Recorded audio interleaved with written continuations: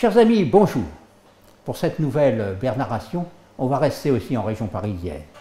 L'histoire que je vous narre aujourd'hui se rapporte à l'inauguration de la première ligne de chemin de fer qui va relier deux villes royales, Paris et Saint-Germain-en-Laye. Une inauguration en grande pompe, c'est la première voie ferrée parisienne et il faut bien tout cela. Un événement qui aurait pu paraître banal, certes, s'il n'avait pas entraîné aussi quelques anecdotes dans son sillage et que j'ai cru bon de vous rapporter. Nous sommes le 24 août 1837. Le roi Louis-Philippe, roi des Français, accompagné de son entourage et d'un grand nombre de personnalités, s'en va inaugurer cette toute nouvelle voie ferrée de ce tout nouveau chemin de fer, il faut le dire aussi, qui va relier Paris à Saint-Germain-en-Laye. Historiquement parlant, c'est la première desserte ferroviaire au départ de la capitale. C'est un événement d'une grande importance parce que les Parisiens vont pouvoir désormais goûter les sensations vertigineuses qu'offre un voyage à 50 km/h. Ils pourront découvrir un phénomène nouveau, la vitesse. Ça, c'est une première chose. En effet, depuis que l'homme a pu domestiquer le cheval, il y a bien longtemps, afin de s'en servir comme monture et comme animal de trait, il n'a jamais pu aller plus vite, dans le meilleur des cas qu'au galop, c'est-à-dire autour des 20 km/h. Or, dans cette première moitié du XIXe siècle, il va pouvoir franchir ce seuil pour se propulser désormais en gagnant d'un coup 30 à 40 points de plus grâce à l'invention d'une part de la locomotive à vapeur, réalisée presque conjointement par George Stephenson et par Marc Seguin, et la construction bien sûr des premières voies ferrées. Mais encore avait-il fallu convaincre les politiques de l'époque. Et quoi de mieux qu'une démonstration royale en grande pompe? Pourtant, un scientifique, astronome et physicien et homme politique influent, François Arago, va plutôt s'en indigner et prétextant que cette vitesse folle de 40, 50, voire 60 km/h, tout au plus, n'aura que des conséquences néfastes sur la santé et des individus qui oseront goûter à ces nouvelles sensations qu'il qualifierait déjà de vertigineuses. Arago mettra en garde contre les possibles délires ou accès de folie causés par le défilement rapide du paysage à travers les yeux sur la rétine, contre les troubles pouvant être causés aux poumons, au cœur et au tympan qui risqueraient d'exploser, ah oui, bien sûr, en passant sous les tunnels, contre les risques de toux, de bronchite causés par les fumées et le trop fort brassage de l'air, et puis les changements brutaux de température. Toutes sortes de boniments qui nous font bien sourire aujourd'hui, presque 2 siècles plus tard. Le docteur Louis Mauret, dans son ouvrage « Le chemin de fer de Saint-Germain », écrit « À l'heure où se propageait déjà la terrifiante nouvelle d'établir ce chemin de fer entre Paris et Saint-Germain-en-Laye, et à l'annonce de ces effrayantes voitures sans chevaux, les maîtres de poste font des gorges chaudes et les postillons s'esclaffent. Les sceptiques déclarent que personne ne s'y risquera et que d'ailleurs ça ne marchera jamais. Vous verrez, disait-il, la machine éclatera, les fumées ruineront les récoltes et empoisonneront les villes, les souterrains ou les tunnels s'effondreront. Enfin, aux vitesses fabuleuses annoncées, les voyageurs suffoqueront et n'arriveront jamais vivants. Les financeurs, eux, c'est-à-dire les banquiers, comme les frères Perrer, Laffitte, les Rothschild, c'est sans doute parce qu'ils savent mieux se projeter dans l'avenir, sont déjà conquis par ce nouveau mode de transport qu'un progrès technique apporté par la révolution industrielle depuis quelques décennies déjà est désormais inexorable, ne fera que développer et embellir l'économie du pays. Toujours en citant Louis Mauret, on reconnut que pour couvrir les frais et assurer l'intérêt des capitaux pour cette voie ferrée, il fallait des transports considérables et réguliers, une circulation intense, une ligne dont l'établissement ne fut pas trop coûteux, donc sans trop d'ouvrages d'art, ponts, viaducs et tunnels. Enfin, des frais d'exploitation bien réglés administrativement. La ligne de chemin de fer de Paris à Saint-Germain réunissait toutes ces conditions, tout au moins jusqu'au terminus du Pec, en bord de Seine, afin d'éviter de gravir un dénivelé de 51 mètres pour arriver jusqu'à la place du château. L'importance du port fluvial du Pec assurait alors un trafic considérable de marchandises. Les travaux d'art s'étaient réduits ainsi au creusement du tunnel des Batignolles, au sortir de Paris, et à quelques ponts.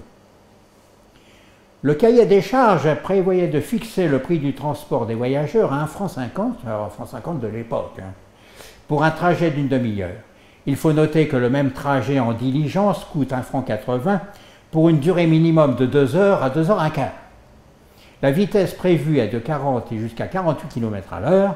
Les trains pourront avoir 10 voitures et emporter 400 passagers. Pour les marchandises, le prix sera de 1,50 franc à 3 francs la tonne, contre 3 à 4 francs la tonne par bateau sur la Seine pour ce même trajet.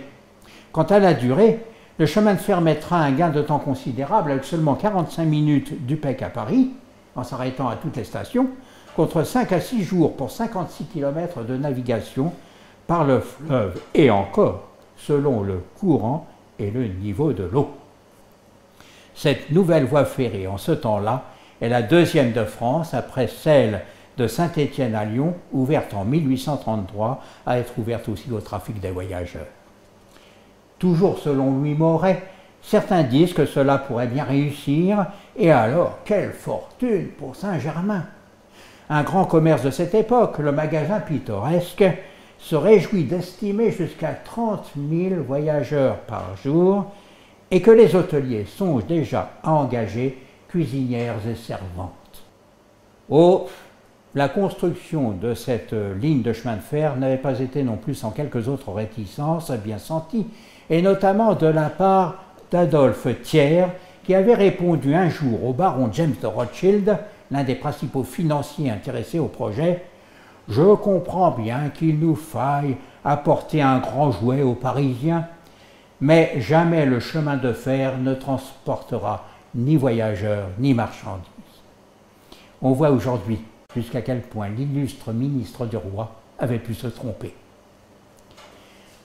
Bon, tout cela vous ayant été expliqué, revenons à notre inauguration. Émile Pereire et le baron James de Rothschild ont reçu la reine Marie-Amélie dans un luxueux salon aménagé pour la circonstance place de l'Europe à Paris, et à 2h30 de l'après-midi, la suite royale prend place à bord du train. Très solennellement, la reine en personne donne le départ et les trompettes sonnent, se mêlant au sifflement de la locomotive et aux acclamations de la foule de curieux venus assister à ce grand début de l'histoire de ce que j'appelle, moi personnellement, la machine à voyager. Donc, le convoi chargé de tout ce monde quitte le quai de l'embarcadère, c'est comme ça qu'on dénomme les premières gares à cette époque, installé au numéro 120 de la rue Saint-Lazare, avec toutefois quelques minutes de retard. Une précision amusante, et vous l'aurez sans doute remarqué, le roi Louis-Philippe en personne n'est pas monté dans le train. C'est la reine Marie-Amélie, son épouse, qui a pris officiellement sa place alors que Louis-Philippe fait le trajet en calèche. Elle est toutefois accompagnée du duc et de la duchesse d'Orléans, du duc d'Aumale, du duc de Montpensier et des jeunes princesses. Pourquoi cette absence du roi à bord du train inaugural? Ça, c'est une deuxième chose. Eh bien, tout simplement parce que les membres du protocole ont imaginé que le train pourrait dérailler, ce qui risquerait d'entraîner au pire la disparition du roi des Français, avec toutes les conséquences politiques que cela suppose. Alors, très élégamment, on a proposé à la reine d'embarquer en lieu et place de son illustre époux, en estimant que si l'irréparable devait arriver, le roi pourrait toujours se débrouiller pour la remplacer. alors que le remplacement du roi a l'air visiblement d'être moins évident. Je poursuis mon histoire. Le convoi roule allègrement sous les rires et les exclamations dignes du plus bel enchantement jusqu'à son terminus du Pec. Toujours selon le docteur Louis Mauret, la locomotive est menée par le mécanicien Adrien Poncet, qui avait déjà inauguré la première locomotive qui fonctionna en France sur la ligne de Saint-Étienne à Lyon. Poncet, qui mourut en 1897, racontait que le duc d'Orléans avait pris place sur la machine à son côté, ce qu'il considérait comme un grand acte de courage. Le voyage se fit sans incident. Poncet assure qu'il dura 25 minutes. Les voyageurs avaient fait 18 km sans être asphyxiés. La locomotive n'avait pas sauté, les voitures n'avaient pas déraillé. De cette démonstration, notre grand réseau de voies ferrées allait sortir. J'ajouterai encore une description de cette vaillante locomotive énoncée par Gaston de Pavlovsky.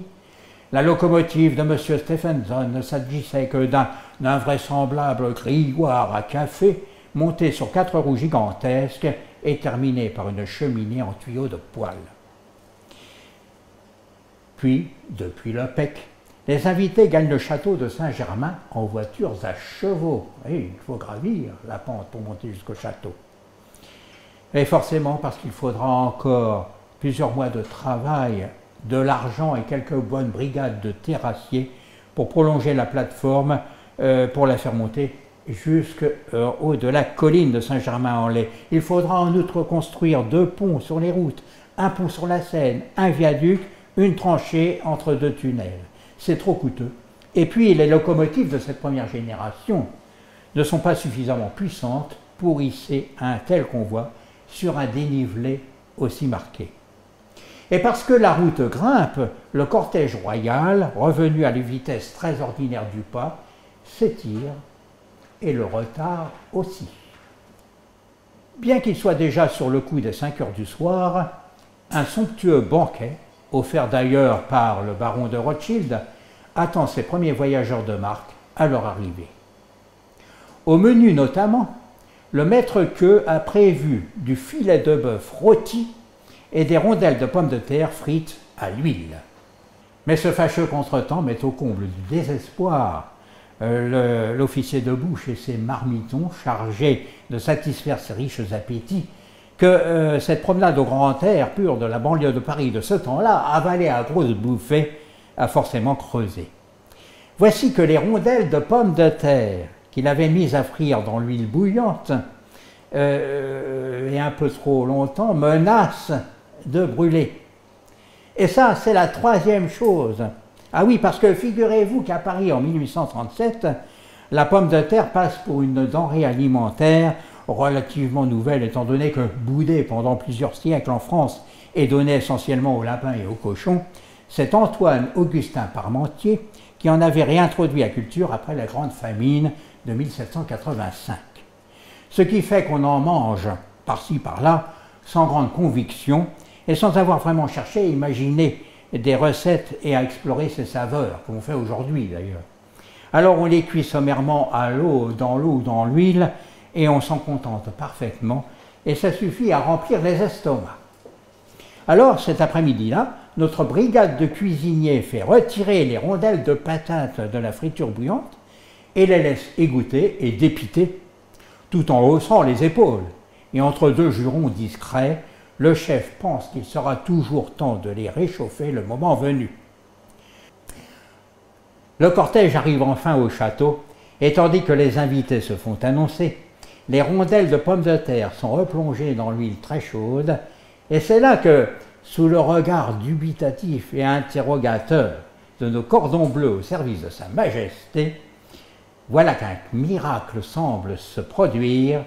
Les petites tranches dorées gonflent, se boursouflent, miracle ou catastrophe. Tant pis, au diable, servons. On fait servir, et en cuisine, on s'attend à une avalanche de réclamations. Eh bien non, au contraire, c'est un réel succès, à tel point qu'on en redemande et qu'il n'y en a bientôt plus. C'est un vrai régal. On vient de découvrir, ce jour-là, 24 août 1837, par hasard, le principe de cuisson de la pomme de terre soufflée, croustillante et moelleuse à souhait. Le contretemps imposé en cuisine par la lenteur du cortège officiel avait permis d'obtenir l'écart de température suffisant entre les deux bains de friture pour produire ce phénomène. Vous qui êtes amateurs inconditionnels de frites, de pommes, chips et autres coquetteries du même acabit, faites comme moi et comme ces gens-là l'ont fait en 1837, lors de l'inauguration officielle du chemin de fer de Paris à Saint-Germain-en-Laye. Servez-vous et reprenez-en et redemandez s'il en reste. Mais attention quand même au cholestérol. Je vous retrouverai une prochaine fois pour une autre pernarration. Bonne semaine.